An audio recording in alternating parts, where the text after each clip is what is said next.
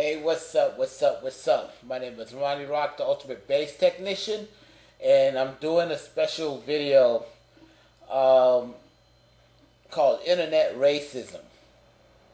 Uh, I've seen a lot. I've seen a couple of articles. One regarding a high school student got unnecessarily suspended for 5 days because she had an altercation with somebody, with a group of her uh, fellow basketball players, because they did this chant. Now, I'm gonna say the word because it's a hideous word, but it's majority white school. So yeah, I wasn't surprised when they did this, when I read this.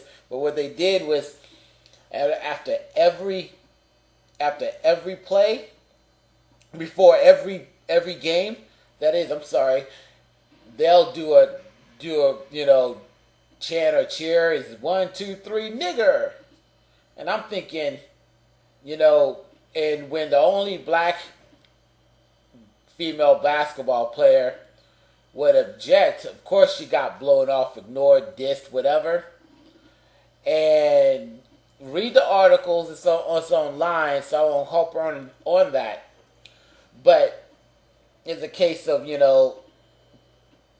when there's a single minority, when there's a single person that's not white in the middle of all white school, there's this, that, not with all of them, I'm not generalizing, but there is a somewhat comfort zone in saying certain kind of jokes and acting the way they do, because yes, racism is still alive and well, yes, even in 2011, and anybody who still questions this will need to get their head examined. Okay. The other incident I just read this morning, where Rutgers, somebody in their English, a graduate of their English department or studies, whatever, sent out a whites only invitation so they can watch the movie from Disney, because Disney along with other folks tend to put out some racist crap back in the day. Song of the South. Okay, and the thing is with this, and this is racism involved, because among the email it had said, be careful whom you bring, because I might be yelling at some racist stuff at the TV. Yeah, it's like that.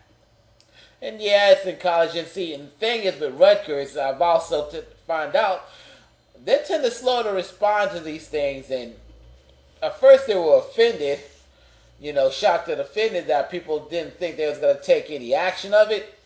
And the person, and the woman who, of course white, who wrote this white-only invitation, apologized, but really, that's not a really, she ain't gonna apologize. Why is she going to apologize? She's supposed to apologize she got caught. Okay? That actually, there are people that really don't like racism, black, white, whatever, and they got to the wrong person, and it just got released at first from the student newspaper. But then not, but I don't think they're really going to do a serious thing on it, really, because they've been having issues with anti-Semitism. One would think, the internet, one would think that when somebody naive would think, they're going to university, they can get a mind exam. No, that's a bunch of BS. That's been BS for decades. It doesn't change anybody's views if they have the views inside their heart. And if they're going to believe whatever they're going to believe anyway. Any case.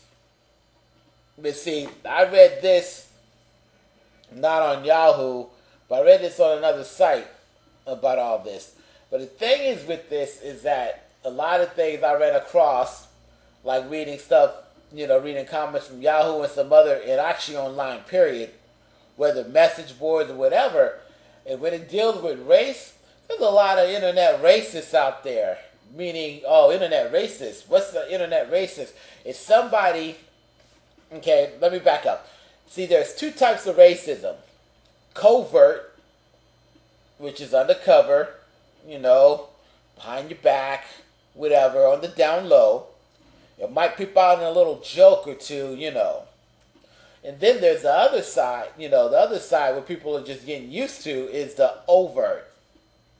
See, and just because the North, see, and there's a lot of myths too. They, when they talk about Civil War, they think, oh, the North was so enlightened. They're not as enlightened as they think. Because, hey, Boston had a lot of history of it. I don't know if they still do or not. Never been there. New York has a history of it. Has some issues here and there. Then I'm talking about the state as well as the city.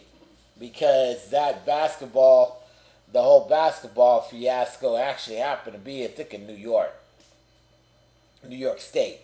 So, that being said, the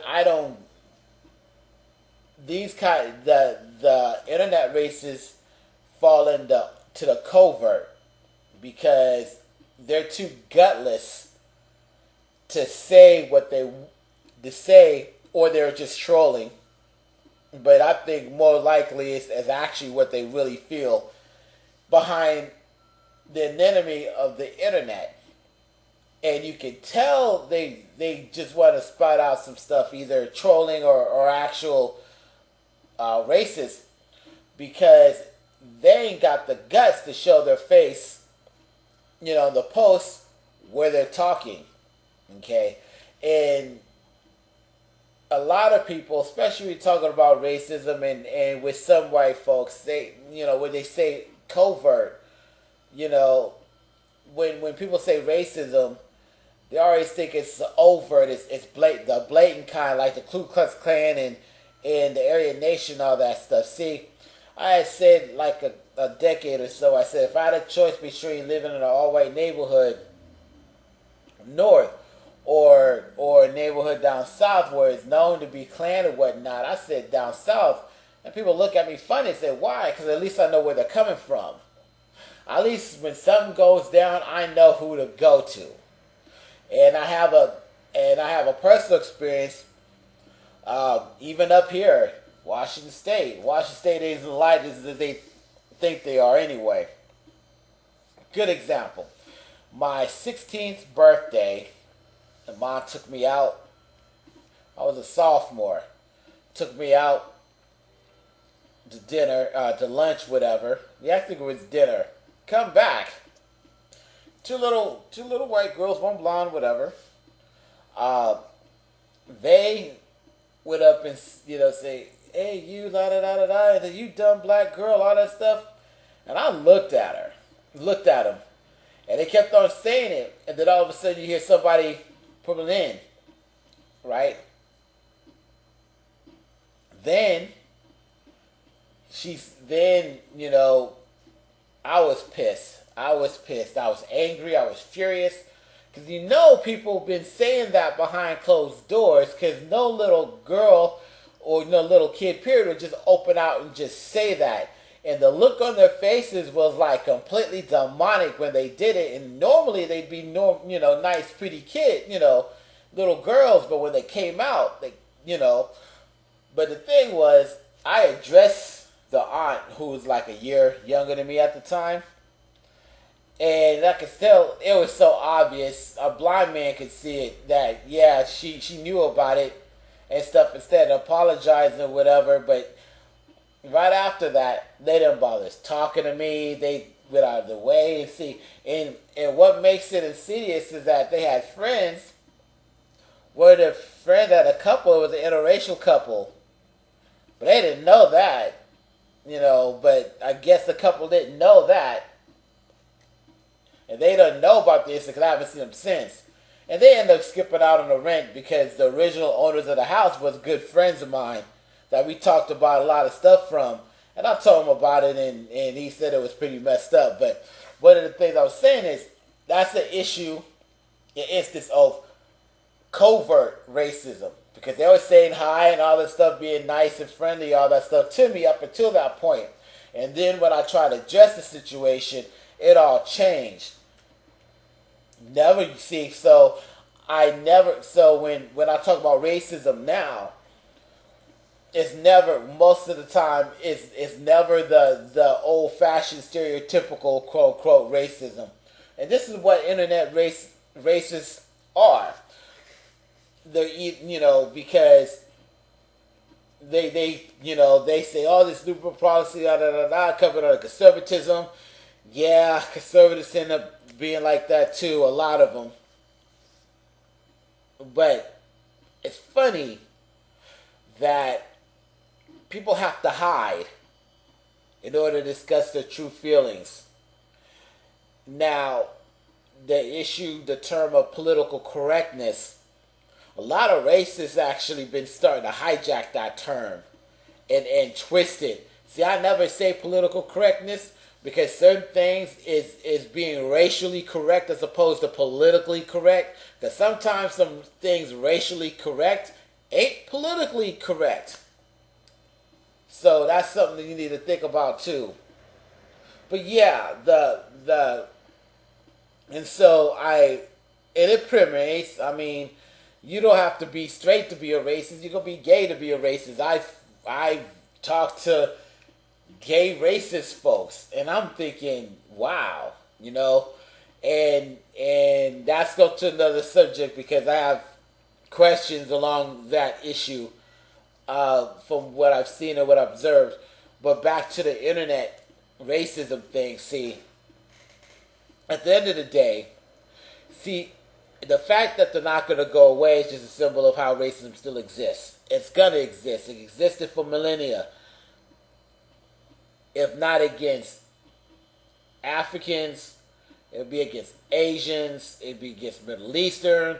I mean, just like Lowe, who pretty much discriminated against this show, All American Muslim, by bowing down to a racist pseudo-Christian organization called Florida Family Association. They're pseudo-Christian because everything they did had been completely opposite what Jesus has taught. Point blank. So I call them pseudists. I call pseudo Christian, and I also call them racist because they are. They use fear. Satan likes to use fear. Lord likes Jesus, Holy Spirit, God. It's all of love to a point.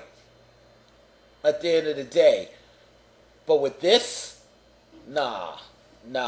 So, and they actually had some internet supporters of the move.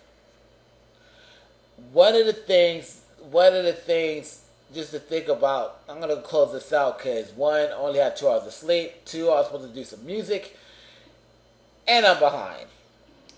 And 3, I was supposed to take a nap like 19 minutes ago, and there ain't no way in heck I'm going to do that. So, in closing, just beware. Don't think this can't be happening in 2011. Time is no. If you got something ingrained and racism has been ingrained in the foundation of this country anyway, people just don't want to talk about it, but it's true.